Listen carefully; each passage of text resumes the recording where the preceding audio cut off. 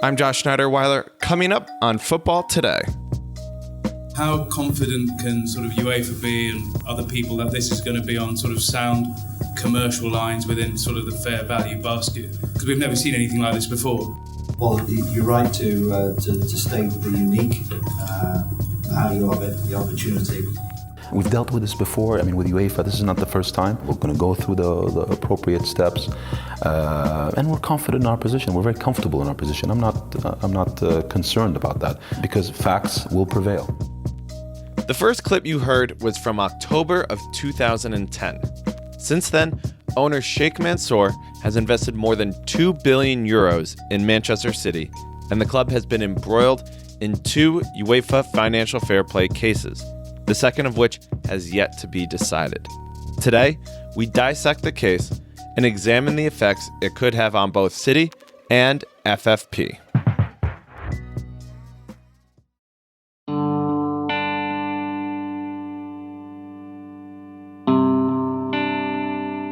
Look, it's a story that I've followed for many years, going right back to the beginning of financial fair play and what UEFA were trying to do with the rule, and pretty much every chapter in the saga I have covered for one employer or another. Matt Slater covers football investigations for The Athletic. The Man City case, is clearly the most significant case probably to come along so far, mainly to do with the profile of the club, what they've done, the fact that we've been here before with them. This is almost like a sort of second time around. And it has very quickly and obviously become the great test of FFP. We're about a decade in, and clubs like Man City, almost specifically Man City, present a real challenge to what financial fair play is trying to do. And here we are again with them. So this is almost make or break for the rule. We believe that Manchester City are going to avoid the ban that many people, including me, thought they would receive when we read, their alleged offences. So what punishment do you anticipate City receiving when it's all handed down? Well, this is a good question, and I'm going to be honest with you, I don't know. I think most of us have assumed, fans of other teams, journalists, people that kind of follow financial fair play and are interested in this side of the game, have assumed ever since Der Spiegel published those leaked emails, those hacked emails, that the club have never disputed. They've never suggested they're fake. They've said they're out of context and they've been used selectively, which I think is interesting, and perhaps we'll come back to that.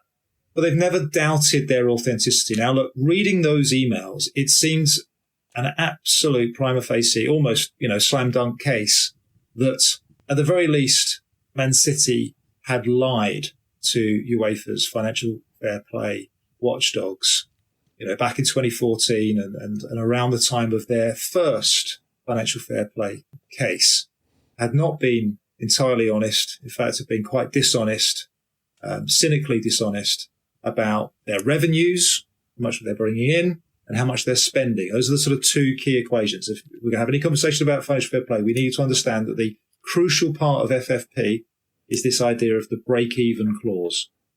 Broadly speaking, it's very complicated in the small print, but broadly speaking, FFP is quite simple. They're trying to make clubs spend what they bring in. They're trying to limit the amount you spend. So you earn this much, you can spend that much. That way you don't accrue debt, and that should keep a lid on wages and transfer fees and all that. So it's a soft, flexible salary cap.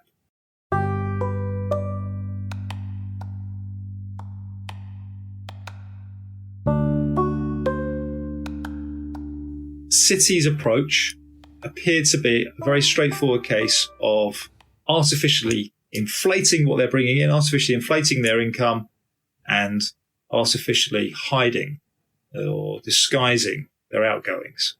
Now, when we all read those emails and we all had the conversations with our contacts, it seemed like they were in trouble.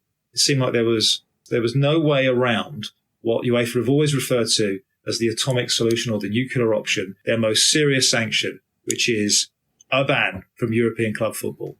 Now, that's massive for these big clubs. It's massive for any club, but a ban from Europe would be a real blow for any of the big clubs. It would be a massive blow for Man City.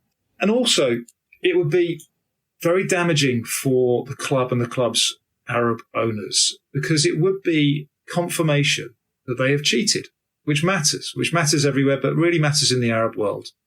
What else do we need to know about financial fair play? Financial fair play is based on a rolling series of calculations. So it was agreed, the principles of the rules were agreed in 2009. The idea is that you can lose a set amount of money. There are caveats to that break-even equation that I mentioned in my last answer. There's a bit of wiggle room, basically, and it's done over a 3-year period, a 3-year accounted period that rolls. So UEFA will be taking snapshots of your books. The rules have been tweaked at least once and probably twice. I mean, they've been significantly tweaked once and evolved. So there are some complicated bits about financial fair play. What other information do we need to know about the previous Man City FFP case to understand the current one? The key bit was that they had breached financial fair play. There had been a settlement. They were then deemed to have met the terms of that settlement. Here we are 4 or 5 years later, and it looks like we have to unpick that settlement because City appear not to have been entirely honest with UEFA about what they were earning, what they were spending. So to rephrase it, this new investigation is in large part because they tried to mislead UEFA. Exactly. The emails would appear to suggest a coherent, cynical, organised attempt to circumvent financial fair play by inflating their income, hiding their expenditure, misleading UEFA's financial fair play police. So let's talk about some of those emails. This all comes out because of the football leaks that appeared in Der Spiegel last November in 2018. What were in those leaks and in those emails? I mean, I think if we were just to sum them up, they were a series of emails between very senior figures, bosses at the City ownership group, and between the lawyers on, what can we do about financial fair play, which very clearly appears to be an attempt to restrain us. So these emails, there's lots of what are we going to do about this? Are we going to take FFP down? Are we going to take them to court? Are we going to bombard them with lawyers? What can we do?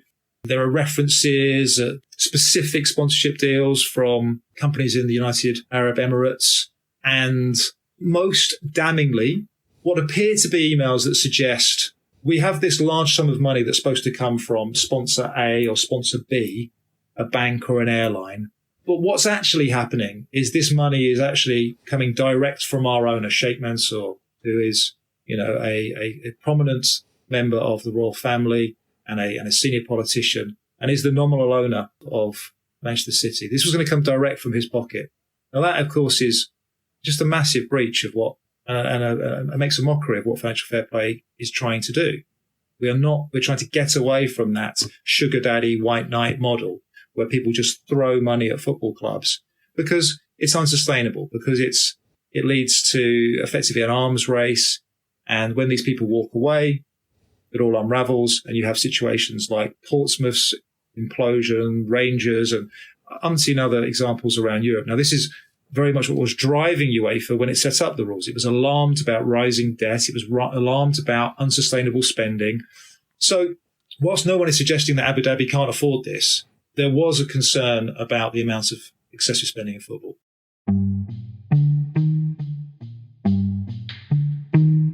Equally, at the same time, they were trying to diminish the amount they were spending.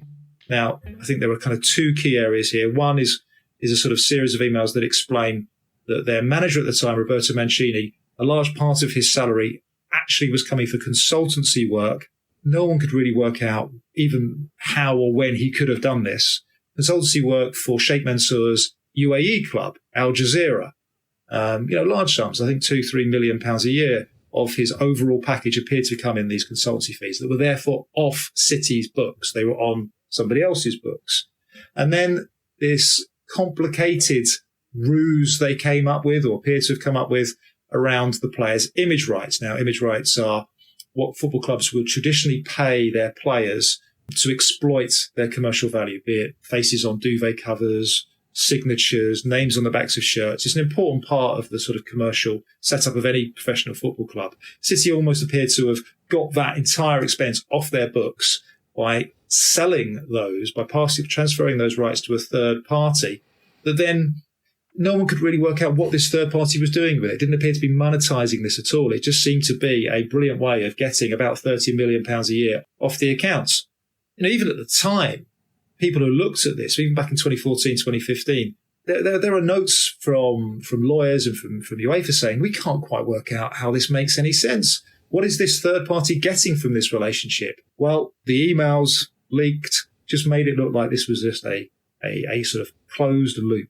The third party was actually being reimbursed by Sheik Mansour. So again, expenditure off the books. So those leaks come out in November. What is City's reaction at the time? It's interesting, and it's interesting because it effectively hasn't really changed. They don't say a great deal initially, but then they come out with a line that they stick with for a very long time, and that is that they're not really going to get into this, but this is what they kept referring to as clear, I think it was, an organised attempt to damage their reputation. They don't, for example, say this is fake news. They don't say these emails aren't true. They simply say someone is trying to smear our name. They quite cleverly and cutely talk about that these emails appear to be hacked or stolen. They don't really ever want to get into any kind of commentary about what's in them. They just say, big picture, someone is trying to smear us. And they don't really deviate that for 6 months or more. And so how does UEFA respond? I think they knew that they were this was coming down the line, and this was big. This was going to be a major test of FFP. And I think in the background, it is worth noting that after the headline grabbing sanctions against City, PSG, Galatasaray, a couple others, FFP had really sort of settled down, and what it appeared to look like was that only small clubs were being punished. The big clubs were earning lots of money. Maybe behaviour had changed. They'd all learned to live with it. The big cases had dried up. It appeared to be that UEFA had become a bit of a flat track bully. Only sort of clubs in the Czech Republic or Slovenia or wherever they might be, Ukraine, were ever going to get seriously slapped for breaching FFP. So look, this was very clearly going to be a big case. And they took a long time to really say anything. They at the beginning, I think it was about March, it became clear they had launched an investigation. And the way FFP works is you have what they call their investigatory chamber and they have their adjudicatory chamber. Now, this is all supposed to be independent of UEFA. This is, I think it's called the Club Financial Control Board. And it's, the great and the good, jurists and legal thinkers from sport, but also from civil life. So the investigatory chamber does its work. And then over the course of the spring and into the summer, we eventually learn that they believe City have broken the rules, and they make a recommendation to the adjudicatory chamber that they've never really fully revealed, but we believe it to be true, that the City should be banned.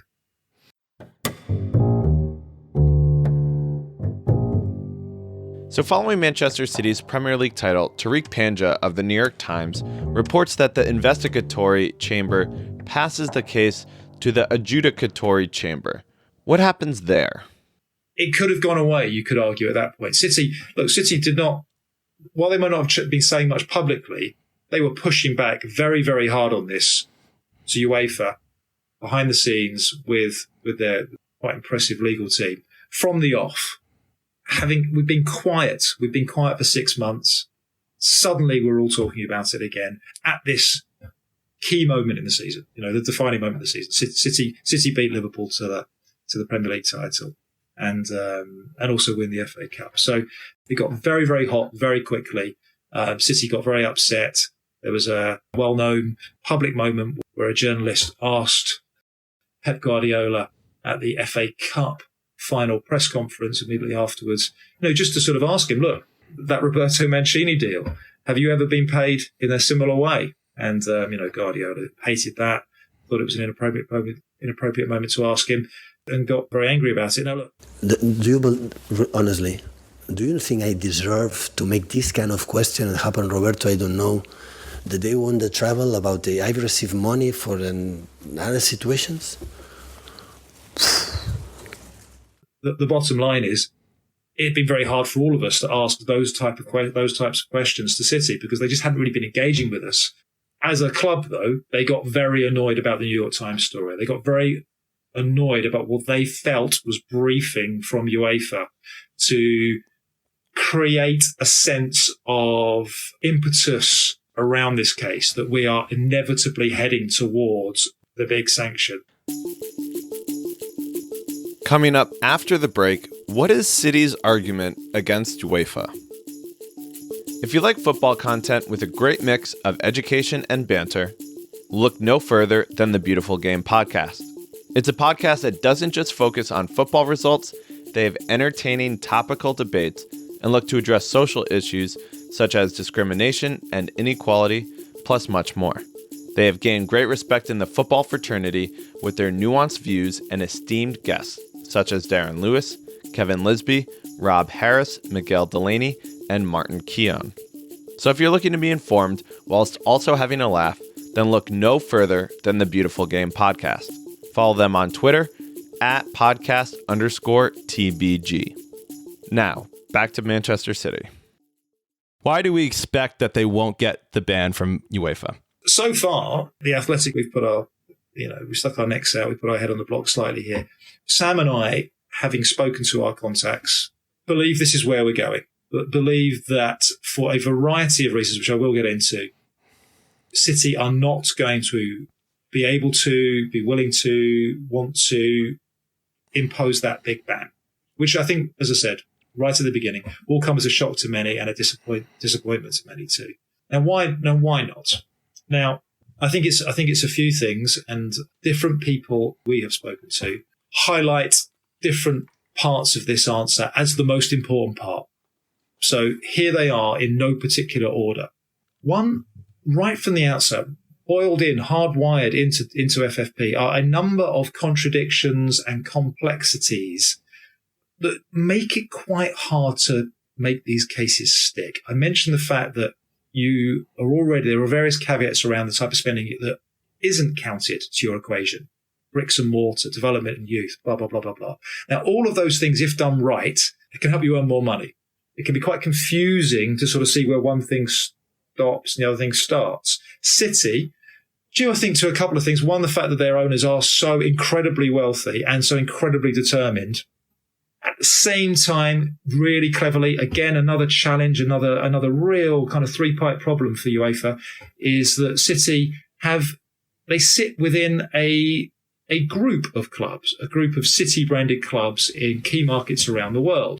Now, this is clever in lots of ways. One, it gives them footprints in these key markets. Again, helps with sponsors. It also enables them to dilute and spread their costs. So if you are City management, if you are in HR or the legal team or whatever, even the chief execs, you work for the City group, you work for these 5-6 clubs, not just City. Even though City might be taking up 90% of your time and actually account for 90% of the revenue, you are diluting your costs. So City is just a complicated case for FFP accountants to tackle.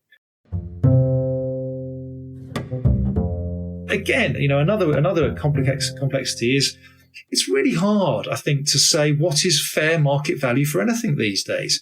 It's quite a good answer for City to just, or whoever it might be, to say, UEFA, who are you to tell me or Etihad or our mobile phone partner in UAE what is the right amount of money for them to spend on a deal with us? Because what are you comparing it to? Where are the benchmarks? We are the best team in the biggest league in the world. We're playing beautiful football. We've got an amazing manager. We've got great players. Sorry, what's the benchmark? Where's the comparator? It's not like going into a supermarket and looking at baked beans or washing powders. It's tough. I'm not saying it's impossible. It's tough. So FFP is complicated. And I think the signs have been there. The writing's been on the wall for a bit. That other clubs have been able to make similar arguments. They've been able to explore similar grey areas. I mentioned a couple of them in a follow-up piece I did. So Juventus, have just renegotiated their shirt deal with Jeep. Now, Jeep are part of the Fiat Group. Juventus are owned by the Fiat family, the Agnellis. Now, okay, Juventus have signed Ronaldo relatively recently and are a high-profile club. But they've always been a high-profile club. They keep winning Serie A. They're the most famous club, biggest club in Italy. And yet Jeep apparently have decided to rip up what was quite a good deal for them, you could argue, 2 years early and doubled the amount of money they hand over to Juventus, conveniently getting them out of a FFP issue. Paris Saint-Germain have explored a number of ways to help with their financial fair play equation. The most obvious being they are owned by effectively the Qatar Sovereign Wealth Fund. And another part of that is beIN Sports. beIN Sports is this massive broadcaster in the Middle East who effectively overpaid for French TV rights, lifting all the boats, but most importantly, the boats at the most important boat, the biggest boat in the marina, Paris Saint-Germain, and also paid a lot for Champions League rights in the Middle East and North African region, again, to the benefit of Paris Saint-Germain. So I could go on. I could keep going on with these examples. All along, City have been hinting and suggesting that what we read in Der Spiegel is not the full picture. The emails are legitimate. Those emails exist. Those emails were sent by those people. It happened. But we've not seen all the emails. We've not seen the emails that came after. We've not seen the emails that preceded it. We've not seen what actually happened. Now, will we ever hear that? I genuinely don't know. But City have consistently hinted at that what was painted for us was the bleakest possible picture you could assemble from those fragments, from those pieces of the jigsaw. The actual jigsaw, the big jigsaw, looks different. If the process is going to be judged on facts, then unquestionably we will prevail. If it's not about facts and it's about other things, then it's a different conversation. So I think it's those two things. FFP is complicated. UEFA sort of realizing that, wondering even if FFP has done its job. Because let's turn back the clock 10 years ago. What Michel Platini, the boss of UEFA at the time, was talking about, he was worried about debt. He was worried about unsustainable spending. On those two measures, financial fair play has worked. Debts are down across Europe. Clubs are spending. A lid has been put on spending. So is it time to evolve financial fair play 2.0, 3.0, coupled with the particular complexities of going after a club like City, with the added bit that City are saying that Der Spiegel story is the worst possible interpretation of those emails.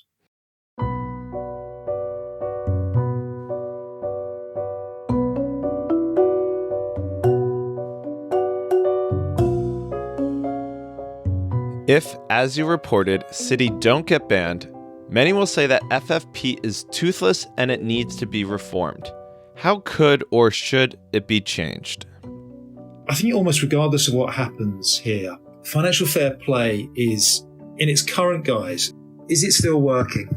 If Juve can do what it's done, if AC Milan can appear to pretty cynically decide when it wants to be punished, once you have big clubs appearing to sort of choose when they want to be sanctioned, when you have clubs like Juventus and PSG and others exploring the grey areas in the rules, it becomes hard to make it believable. You've got to believe in this rule. There's got to be for the big clubs to accept it, and they did accept it. So you've got a lot of things going on that I think are going to make UEFA say, we need to rebrand, rethink, reboot, whatever phrase they want to use, FFP, because we can spin this as a triumph.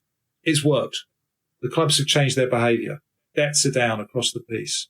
But equally, there'll be this feeling over here that they failed because they've allowed big, powerful clubs to seemingly get away with it. And I think how they navigate that, how they communicate that shift from the first iteration of financial fair play to whatever follows, I think is going to be really, really interesting. So what do we think Manchester City's reaction will be if they avoid a ban? City think this is a complete stitch-up. They think they're going to win hands down. They're furious that UEFA are pursuing this case. They tried to go to the Court of Arbitration for Sport. It was really tanks on lawn type behaviour. There was no way they were going to have this case appealed against before it's even been heard, which is effectively what CAS told them. Go have the case, go get the ruling, then come back and talk to us. That was really just City saying, guys, we are going to do everything we can. We're going to fight you every step of the way. So look, City, if they're fined, I think there'll be people there who will say, is this a win? We think we're innocent. Now, look, that could be stage managed. That could be all part of the guys. We sail close to the wind here. Let's take this one on the chin and move on. So I think that's worth saying. What does this say about football in 2019? Look, the thing about football, and it's one of, I don't want to say genius because it was actually quite obvious. Football's very tribal. Now, I can't think of a better vehicle for a state actor, a sovereign wealth fund, to get into than football, because you are immediately buying loyalty, almost blind loyalty. You are immediately buying support. So what does it say? It says that football hasn't really changed, that if it's your club that's doing okay, you'll be okay with this. You will be sensitive and you'll empathise with what they're trying to say. You will see this as hypocrisy on the part of other clubs, jealousy, and so on. If you don't support this club, you'll think the opposite. You'll think this is outrageous. Can't let them get away with this. What is going on? Football's gone. And never the twain shall meet. I think it says you're not going to find universal happiness here, whatever comes of this. That hasn't changed. The sums have changed. The owners have changed. But essentially, this is a contest. The rule makers, the competition organisers have got to adjudicate and referee this as best they can. It was hard 100 years ago. It was hard 50 years ago. It's hard now. It's going to be hard in 10, 20 years. The challenges they face might change, but essentially, you are talking about people who are trying to compete on and off the field with everything they've got. What response can we expect from other big European clubs if City aren't banned? So far, none of them, and I think this is interesting and telling, have appealed against these verdicts. Why haven't AC Milan's Italian rivals been furious about what happened with their decision to sort of bring their sanction forward? Why haven't Juve's rivals gone, hold on a minute, what's going on there with that deal? What does that tell you? It suggests to me that there is should we be pointing fingers? Goes around, comes around. An unease about this, an unease about their own position or where they'll be in a few years' time. So it has been suggested to me that if City get away completely scot-free, there will be clubs who will be, hold on, no way. We will see.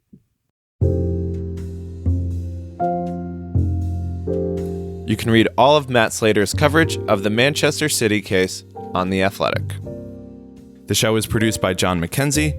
I'm Josh Schneider-Weiler, and this was Football Today. And if you enjoyed the show, please rate and review us on iTunes and share it with a friend. See you next time.